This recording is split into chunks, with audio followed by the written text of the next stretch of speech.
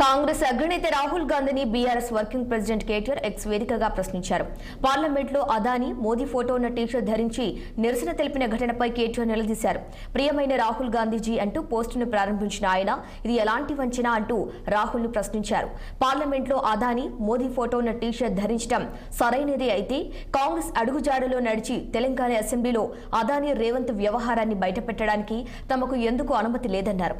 హస్తం పార్టీ ద్వంద్వ ప్రమాణాలపై దయచేసి సమాధానం చెప్పాలన్నారు. తెలంగాణ అసెంబ్లీ శీతాకాల సమావేశాల సందర్భంగా అదానీ రేవంత్ రెడ్డి చిత్రం టీషర్ట్ ధరించి బీఆర్ఎస్ నేతలు నిరసనకు దిగిన సంగతి తెలిసిందే. ఉభయ సభలకు వెళ్తున్న గులాబీ ప్రజాప్రతినిధులను అసెంబ్లీ గేట్ వద్దే పోలీసులు అడ్డుకున్నారు.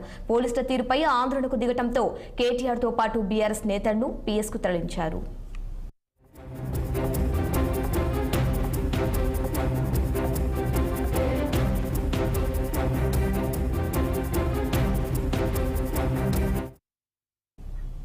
కాకినాడ జిల్లా తునిలో టాలీవుడ్ హీరో